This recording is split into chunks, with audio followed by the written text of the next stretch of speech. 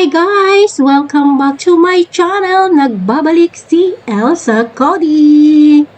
For today's video guys, ay nandito kami sa waterfront. Kung saan nakakabili ng mga fresh na isda, sugpo, king fish, king crab, at marami pang iba.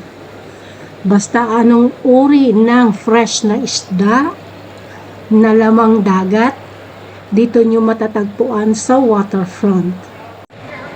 At dito rin at ngayon guys, marami na rin sila ditong mga tindang fresh na vegetable and fruits. Dati kasi pumunta kami dito, wala gaano, kasama ko pa yung sister ko, pero ngayon bumalik ako dito, namangha ako, ang ganda na. Kaya papakita ko sa inyo guys. Let's go!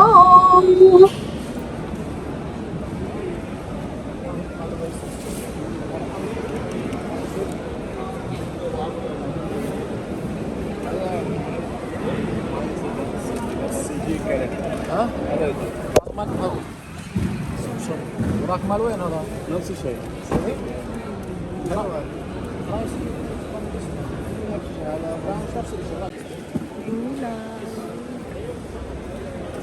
No, this one not. This one spicy.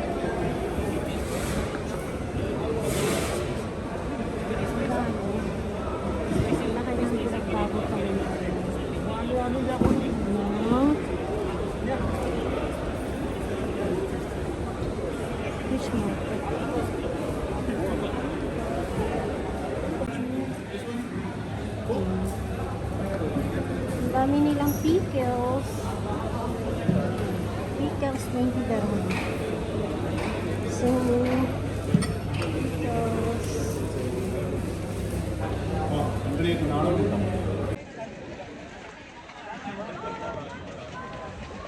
ayan guys.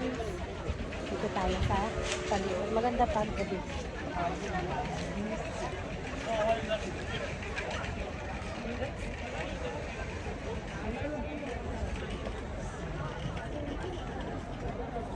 Gabi na. Daming tao.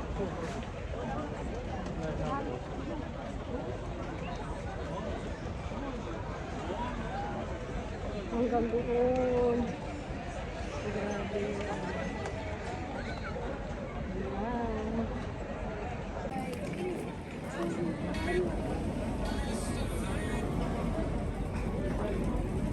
Ang ganda dito. Bawal pumunta sa baba. Pero maganda siya. Nakaano siya. Pwede pala doon. Punta nga ako. Pwede pala. Punta. Kaso yung sa pababa, bawal. Nakaharang.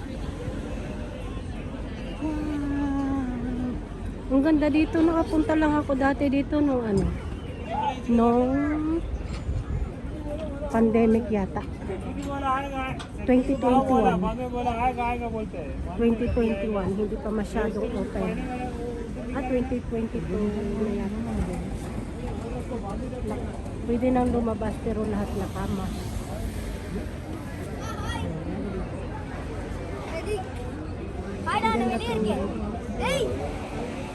Dito maganda sana. Kaso bawal pumunta dito. May tunnel, oh. Parang madili, maano. Pero ang ganda niya.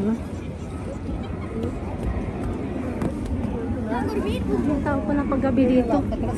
Grabe.